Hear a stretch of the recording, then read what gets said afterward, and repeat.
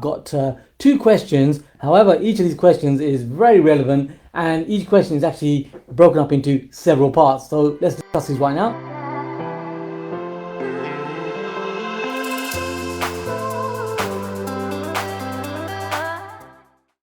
Hi team, it is time for the Premier Property Q&A, and if you're joining me for the first time, my name is Cam Dwivedi. I'm the founder of Premier Property, and every week I answer questions that new and experienced investors bring along. So the first question is from Alex Anand, and of course these questions are from our Premier Property community.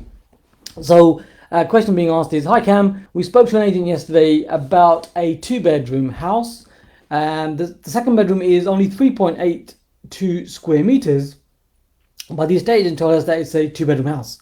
We're concerned about the mortgage valuation. Will they accept it? Will it be a 1-bedroom? Will they put it down as 1-bedroom? Don't really want to lose the deal either. Want to build a reputation with the estate agent. Any suggestions? What would you do? So Alex and Anna are part of our Premier Property community, and by the way, a great question. So what do? You know, heated market, estate agents are doing the best they can for the vendors. And yeah, they've got a 1-bedroom house that they're putting down as a 2-bedroom in effect, right? So what do? Well, what we do in scenarios like this is we go along with the sale. So you get a sale agreed to the best value that you can possibly get it to. The next thing is you ask for a lender where it's going to be typically a free valuation. So you're getting a valuer in early and very cost effectively. Now, after you've done these two things, the next thing is to wait for the valuation. And when the valuer actually down values that property and it shows it as a 1-bedroom, it's a RICS valuation. That RICS valuation, in fact, I did this just 2 weeks ago with a commercial property. That RICS valuation, which drops down the value, you put in front of the estate agent and you ask.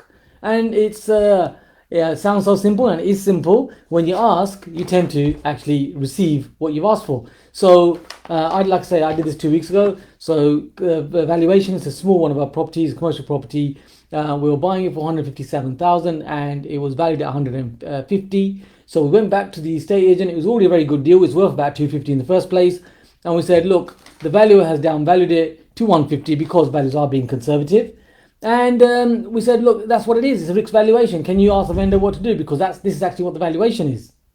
So, surprisingly, to our pleasant surprise, because you asked, what happened is the vendor accepted the 150. So my suggestion is do the same. Go ahead, get the valuation done. Go for a lender, just for clarity, that is actually going to be giving you a free valuation. Get that valuation over, see what the valuer says, and if they down value, well, actually it's in your favor and you can renegotiate the terms. If you try to renegotiate now, this estate agent, the seller, is probably not going to listen to that, but they will listen to you when you have a RICS valuation report in your hand saying this is the value. So have a go at that one, Alex Anand. Great question. And yeah, a real game plan there for you to move forward. So if you haven't subscribed to our channel, then you're most welcome to subscribe. And there's a lot of practical information that people really tend to enjoy. And I love hearing from your comments. So do comment, please. Moving on to the second question is all about energy performance certificates. Now, EPCs are a bit of a flavor of the month, or we could say a flavor of the year, because there are a number of changes that are happening in 2025 when it comes to energy performance certificates.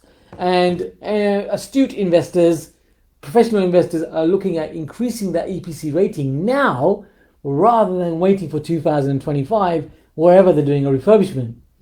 And the question is all about this. So question being asked is, Cam, EPC is stating that it's in a poor condition. Double glazing comes in at different thicknesses. Is it worth changing? So that's one question. Now, energy performance certificates are a point-based system.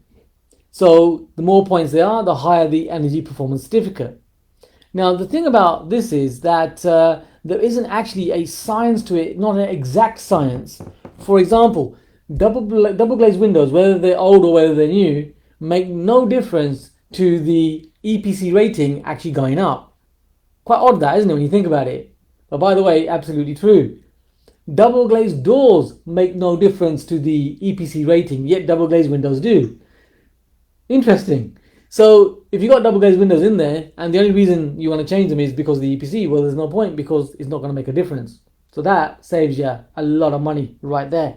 Secondly, the second part of the question is, can you insulate a ceiling that has no space above the roof? The answer is yes, you can. Your contractors will be able to do that. Even if it's a flat roof, it can be insulated. So the insulation in the roof typically needs to be a maximum of 300 mil in terms of your energy performance certificate. If it's more than 300 mils, it makes no difference again to that energy performance certificate increasing in the point-based system. So 300 mil is really what you got to get it to. And yes, you can do that in a flat roof, and you can absolutely use that as a way to increase your energy performance certificate. The next part of this question is floor insulation any use if heat is only lost through the upstairs rooms? Interesting. So in terms of floor insulation, we don't put that into residential properties unless we're doing a new development, of course. So really, it's about loft insulation. That's the energy performance certificate point-based system that's going to increase that EPC. So great questions. So quick, short, sharp fire round of questions there and answers. And I'll see you here same time next week. If you haven't subscribed, feel free to subscribe. You know that bell icon, you can do it right now. It's Cam Dwighty helping you take your property investing to the next level. I'll see you next week.